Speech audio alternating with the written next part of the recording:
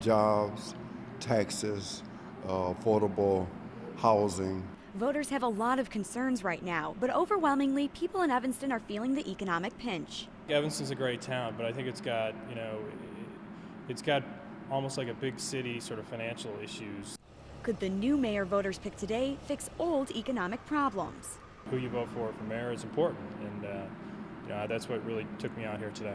Tim Gobat is worried about the economy's impact on local firefighters. They need money for pension funding, more staff, and updated equipment. According to Gobat, the best person for the job? Liz Tisdall. Liz Tisdall has been a backer of Local 742 for the 6 years that she's been in office. She's listened to our issues.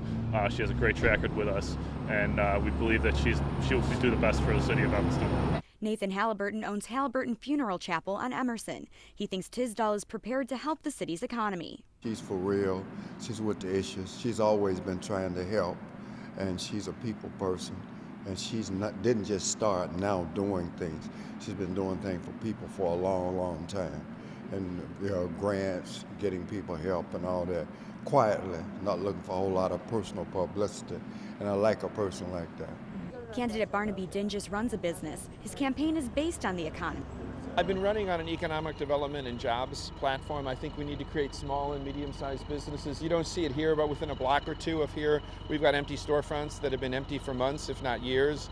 And I want to be the economic development mayor who represents all 75,000 people. And I think in a bad economy, we ought to be focusing on small businesses. It's not just the economy that's bringing people out to vote.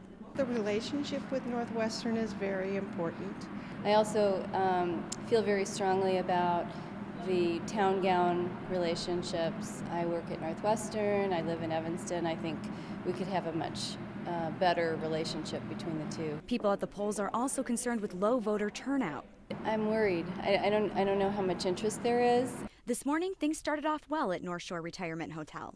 Voter turnout was good this morning from like 5:30 to 6:30, and it's been pretty slow from there on out. We're looking for another rush probably after people get off of work. Down the block at Parks Hall on Chicago Avenue, there was just a trickle of voters. Polls had already been open for 5 hours when this voter came in. She was just voter number 8. But at least one candidate is optimistic about voter turnout. I am really impressed with the turnout. I'm predicting we'll get at least 35 to 40%, which will be a lot more than we had 4 years ago. At the polls today, voters could pick paper ballots or electronic voting. Well, so far today we haven't had very many people voting, but thus far today it's been all electronic.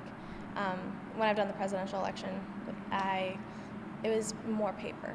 Equipment managers like Maya Chapburn started setting up last night. Setup is super important. You want to make sure that you have all the machines run through properly, and that we have very explicit instructions on that to make sure it's all zero totals for all the votes and everything's clean on the registry for those. They were on hand at every polling place today to fix any problems with voting machines. Voters may be divided on the issues, candidates, and even how they cast their votes, but people we spoke with talked about the importance of coming to the polls. It's our opportunity to say what we feel. That's our big day. I always vote. I'm originally from Perry, Georgia. When I grew up, I couldn't vote. Then we got the right to vote, so it's very precious to me. And if you don't vote, you don't have a voice.